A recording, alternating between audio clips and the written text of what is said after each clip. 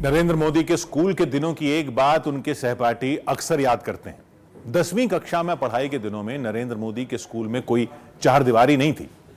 School प्रबंधन के पास boundary wall बनाने के पैसे भी नहीं थे। चारदीवारी के लिए चंदा जुटाने का मिशन मोदी ने ऐसे नाटकीय ढंग से किया जो यादगार बना।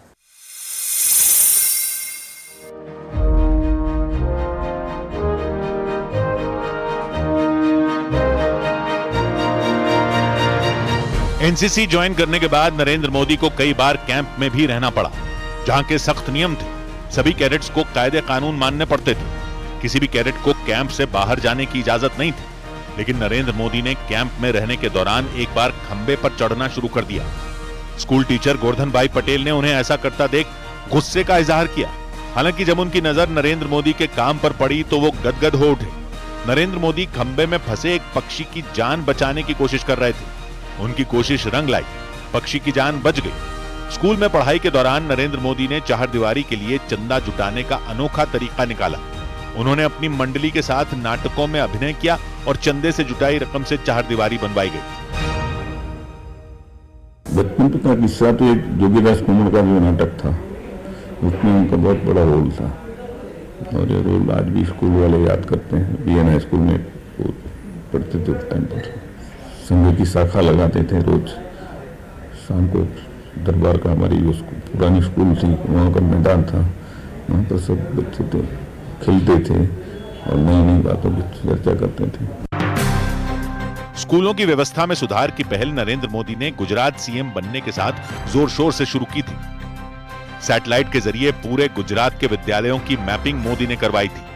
ये पहला प्रयोग था जब किसी सरकार ने विद्यालयों की स्थापना और उनके घनत्व की जानकारी के लिए सैटेलाइट का सहारा लिया था, जिससे चौंकाने वाले नतीजे मिले थे।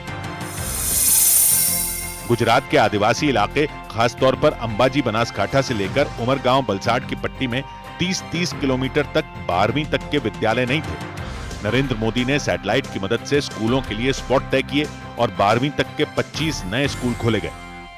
पॉलिसी सिर्फ ड्राइंग रूम पर अच्छी हो, कागज पर बेहतर हो, जमीन पर अगर नतीजे ना दे तो उसका कोई लाभ नहीं होता। इसलिए पॉलिसी का आकलन इंप्लीमेंटेशन और एंड रिजल्ट के आधार पर होना चाहिए।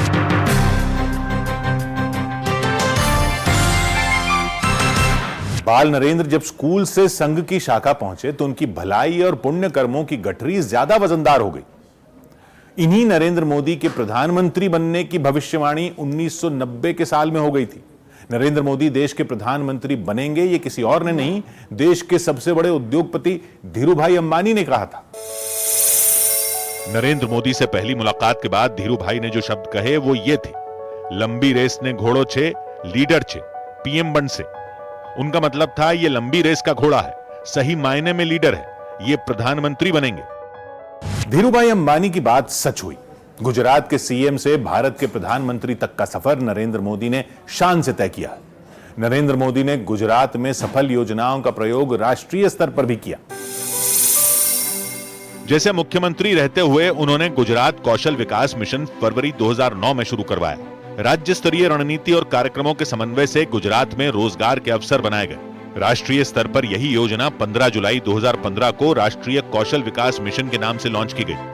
मुख्यमंत्री रहते हुए नरेंद्र मोदी ने अक्सर राज्य भर के छात्रों और शिक्षकों से बातचीत की, उन्हें कड़ी मेहनत करने के लिए प्रेरित किया। साल 2012 में उन्होंने लगभग 1 करोड़ छात्रों और शिक्षकों से बातचीत की। राष्ट्रीय स्तर पर यही मिशन परीक्षा पर चर्चा के नाम से विख्यात हुआ। अगर आप कोई एक्स्ट्रा एक्टिविटी नहीं करते हैं, आप एक बिल्कुल रोबोट की तरह जो सॉफ्टवेयर आपके अंदर डाला है उसी प्रकार से सुबह से शाम करते रहोगे तो आप रोबोट बन के रह जाओगे। क्या हम चाहते हैं कि मेरा देश का नौजवान रोबोट बन जाए? नहीं चाहते।